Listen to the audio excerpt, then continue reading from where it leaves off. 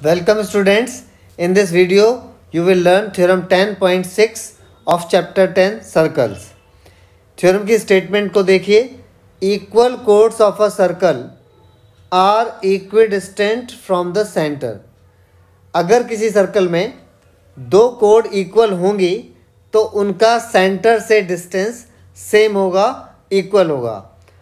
अब ब्रैकेट में congruent circle भी देख रहे हैं तो ये एक सिंगल सर्कल के लिए भी हो सकती है, और अगर दो डिफरेंट सर्कल हैं और उन दोनों अलग अलग सर्कल में दो कोड इक्वल हैं तो उन दोनों सर्कल का जो सेंटर का डिस्टेंस होगा उनकी करस्पॉन्डिंग कोड से तो वो भी इक्वल होगा. यहाँ पर हम एक ही सर्कल को यूज़ करके इस थ्योरम को प्रूव करेंगे. तो यहाँ पर आपको एक सर्कल दिखाई दे रहा है जिसके अंदर दो कोड मैंने बनाई हुई हैं, ए बी और सी डी. ये कोड है ए बी और ये कोड है सी डी, और ये दोनों कोड इक्वल हैं, ऐसा थ्योरम की स्टेटमेंट कहती है. अगर ये दोनों कोड इक्वल हैं तो इनका जो सेंटर से डिस्टेंस होगा, अब देखिए ए बी का जो सेंटर से डिस्टेंस है वो है ओ पी और सी डी का जो सेंटर से डिस्टेंस है वो है ओ क्यू. और क्योंकि ये डिस्टेंस है तो डिस्टेंस आपको हमेशा परपेंडिकुलर लाइन से ही मेज़र करना होता है. अब डिस्टेंस टेढ़ा जाके तो नहीं नापेंगे, आपको परपेंडिकुलर जाके ही नापना पड़ेगा. तो उसने बोला इनका ये डिस्टेंस है तो ओबियसली ये परपेंडिकुलर भी होगा. अब हमें ये प्रूव करना है कि इन दोनों कोड का जो इक्वल हैं इनका सेंटर से डिस्टेंस इक्वल होगा, सेम होगा, इक्विडिस्टेंट होंगी ये फ्रॉम सेंटर से. तो आइए इस थ्योरम को हम प्रूव करते हैं. सबसे पहले हम लिखेंगे गिवन.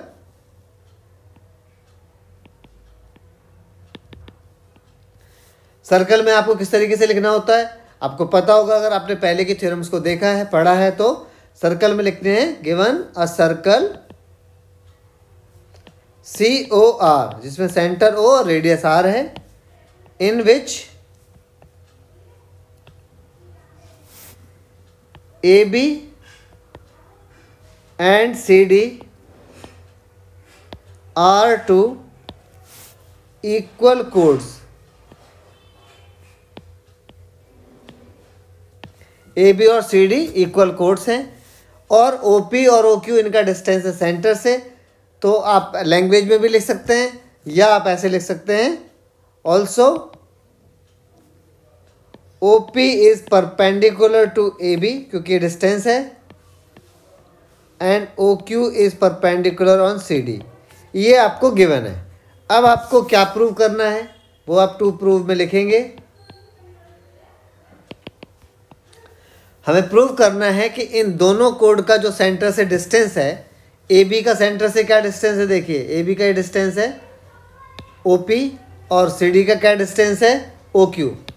तो ये दोनों कोड इक्वी डिस्टेंट है सेंटर से बराबर दूरी पर हैं. तो we have to prove O P is equal to O Q.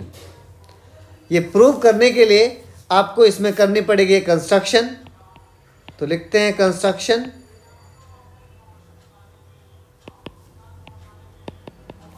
Construction इसमें है आपको ज्वाइन कराना होगा ओ बी और ओ सी को. तो आइए ज्वाइन कराते हैं. कंस्ट्रक्शन को हमेशा डॉटेड लाइन से दिखाना चाहिए. तो ओ बी को ज्वाइन करा दिया है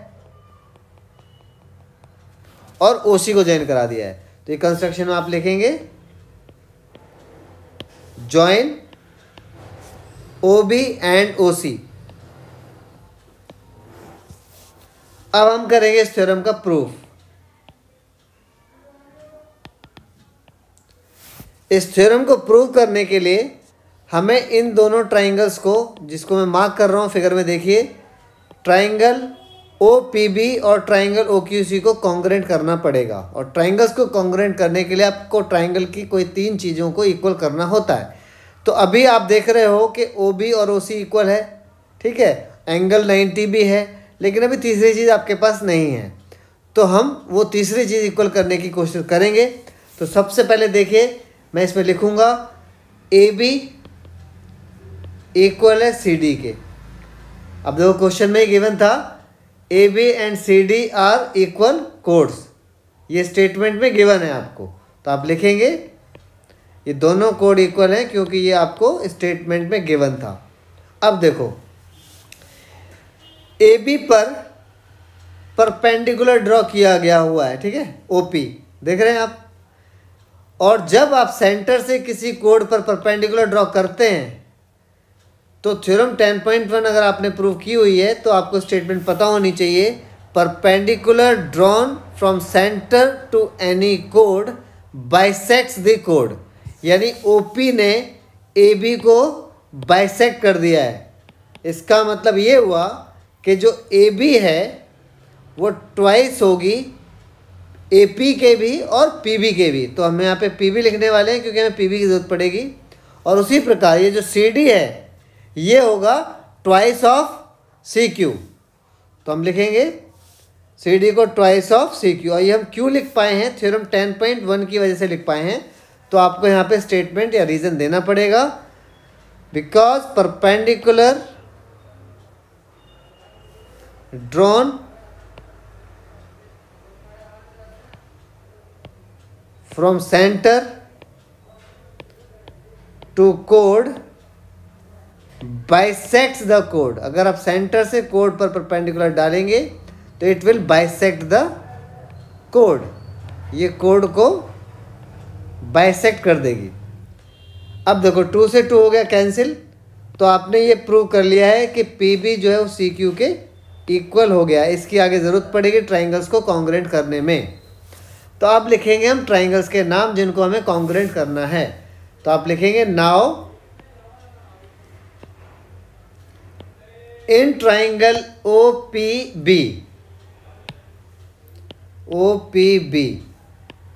एंड ट्राइंगल OQC। अब फिगर में देखिए ध्यान से, ट्राइंगल OPB का एंगल OPB, मैं इस एंगल की बात कर रहा हूँ, ठीक है, और ट्राइंगल OQC का एंगल OQC। अब ये वाला एंगल है, तो देखो ये दोनों इक्वल हैं, फिगर में ही दे रखा है क्योंकि वो डिस्टेंस था तो परपेंडिकुलर था, तो ये दोनों एंगल आपके 90 के हो गए। तो each of them are of 90 degree. उसके अलावा आप यहाँ पे देखिए डायग्राम में, ये जो OB है वो OC के इक्वल होगा, क्योंकि देखो OB और OC एक ही सर्कल की रेडियस है, तो एक ही सर्कल की रेडियस है तो इक्वल उनको होना ही है।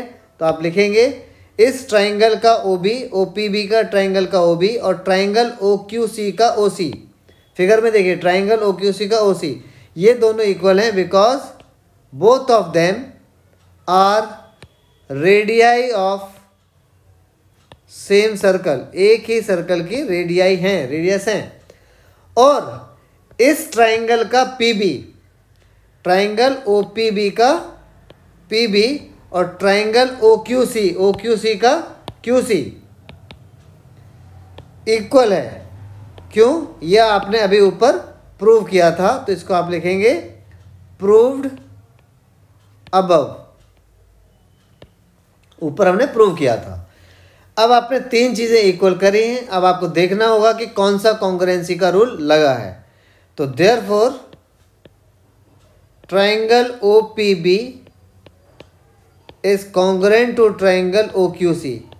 ट्राइंगल OPB ट्राइंगल OQC के कॉन्ग्रुएंट हो गया है। अब देखिए रूल कौन सा लगा, एक 90 का आपने एंगल इक्वल किया है, ठीक है, एक आपने उसके सामने वाली साइड यानी हाइपोटेन्यूज को इक्वल किया है और ट्राइंगल की एक साइड को इक्वल किया है।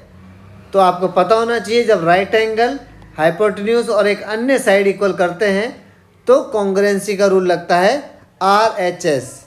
तो by RHS rule of congruency these 2 triangles are congruent. जब ये दोनों ट्राइंगल कॉन्ग्रुएंट हो गए तो इस ट्राइंगल का OP और इस ट्राइंगल का OQ इक्वल हो जाएंगे because corresponding part of congruent triangle are equal.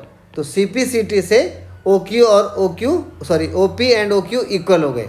यही हमें थ्योरम में प्रूव करना था कि प्रूव करिए OP is equal to OQ या डिस्टेंस ऑफ द कोड from the centre is equal, या chords are equidistant from the centre. तो ये आपका हुआ प्रूफ। आई होप आपको इस थ्योरम का प्रूफ समझ में आया होगा। अगर नहीं आया तो वीडियो को आप एक बार फिर से देखिए, आपको समझ में आ जाएगा। Thank you very much for watching. Have a great day.